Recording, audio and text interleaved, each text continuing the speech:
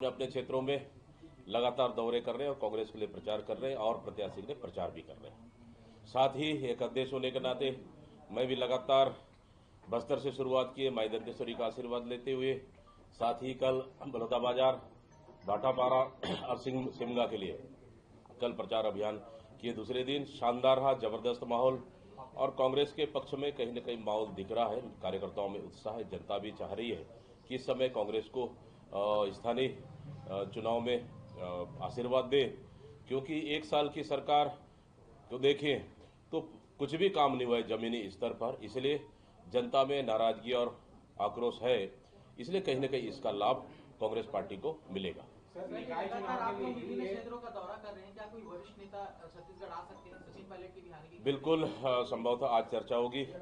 मैंने माननीय हमारे प्रभारी सचिन पायलट जी से और समय वो भी देंगे छत्तीसगढ़ के लिए। मुझे लगता है अंतिम दिनों में आने का उनका कार्यक्रम बन रहा है और साथ ही हमारे तीनों प्रभारी सचिव भी अपने अपने प्रभार क्षेत्रों में दौरे कर रहे हैं, लगातार कार्यकर्ताओं से 4 बजे आज बीजेपी का घोषणा पत्र जारी हो रहा है। अरुण सावे कह रहे हैं कि भाजपा का घोषणा पत्र सुंदर और सुव्यवस्थित शहर का ब्लूप्रिंट होगा। सबसे पहले भारतीय जनता पार्टी और उनकी सरकार ये बताए कि उनका पुराना चुनाव, विधानसभा चुनाव का घोषणाओं का, उनके वादाओं का क्या हुआ, अभी तक कितने वादे किए थे और कितने वादे उन्होंने पूरे किए एक साल में। पहले वही स्पष्ट कर ले, पहले अपने पुराने वादे तो पूरा कर ले, फिर नए वादे पे जाए। पुराने वादे ही अभी तक खटारा में है और जनता को ठगने के लिए फिर नए वादे लेके आ रही है। मैं समझता हूं छत्तीसगढ़ की जनता जान रही है और एक साल में नगरीय निकाय क्षेत्रों के लिए इस सरकार ने 1 रुपये भी नहीं दिया है, बल्कि जो पहले की हमारी सरकार की पैसे थी नगरीय निकाय के विकास के लिए, उस पैसे को वापस लाने का, मांगने का काम इस सरकार ने किया। प्रधानमंत्री आवास एक भी स्वीकृति है शहरी क्षेत्रों में नहीं किया। शहर के विकास के लिए एक साल में पूरी तरह ही इस सरकार ने अवरुद्ध करने का काम किया है। इसलिए मैं समझता हूं इनकी जो घोषणा पत्र पूरी तरह से ढकोसला रहेगा और झूठ का पुलिंदा रहेगा। सर, ये निकाय चुनाव में मुख्यमंत्री जी करने वाले हैं, प्रचार करते नजर आएंगे 10 नगर निगमों में, क्या उनके प्रचार में कुछ व्यापक? बिल्कुल, अगर मुख्यमंत्री जी प्रचार करने जा रहे हैं, कम से कम नगरीय निकाय क्षेत्रों में उन्होंने एक साल में क्या किया, कम से कम ये जनता को बताए कि एक साल की उपलब्धि गिना ले कि इस नगरीय निकाय क्षेत्रों में हम लोगों ने एक साल में ये काम किया है, ये तो पहले गिना ले।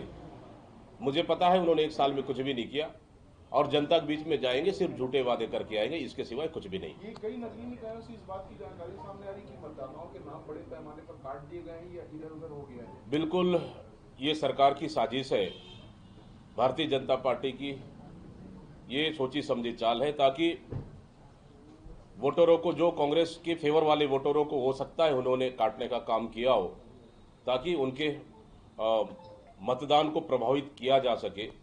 भारतीय जनता पार्टी चुनाव की हार के डर से हर तरह के हथकंडे अपनाने का प्रयास किया है। कई जो टिकट लेने वाले लोग थे उन्होंने नाम वापस ले लिया अपने ऐन वक्त में, कांग्रेस की किरकिरी हुई, क्या उनके खिलाफ कोई कार्रवाई होगी? जितने भी जो अगर डबल प्रत्याशी थे, बहुत सारे 90% लोगों ने नाम वापस लिए हैं।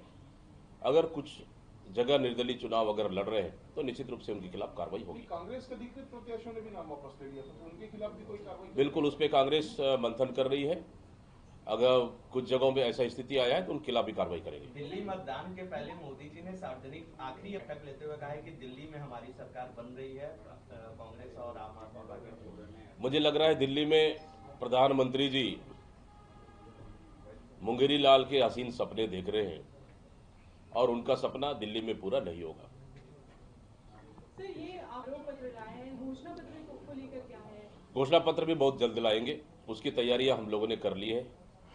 संभवतः 1 या 2 दिन में घोषणा पत्र कांग्रेस की भी आ जाएगी। सर, बीजेपी कह रही है कि 15 सालों तक लगातार आपके महापौर रहे, तो अब तो मुश्किल होगी क्योंकि तमाम वादे आप लोगों ने किए उसमें खरे नहीं उतरे, तो इसलिए सोचना पड़ रहा है। 15 सालों तक आपके महापौर, 15 साल तक तो उनकी सरकार थी, उनकी सरकार में भी हमारे महापौर जीत के आए और शहर के विकास के लिए हमारी सरकार ने, ये हमारी नगरीय निकाय क्षेत्रों में जहां भी हमारे महापौर रहे बेहतर काम किए, इसलिए रायपुर को कई अवार्ड, मतलब रायपुर के विकास के लिए रायपुर नगर निगम को कई अवार्ड मिले, शायद इस सरकार को पता होना चाहिए।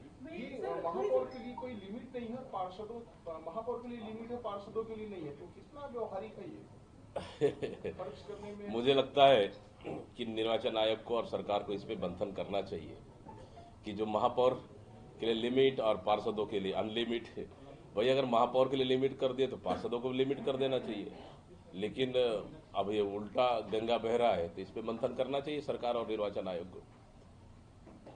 हो गया।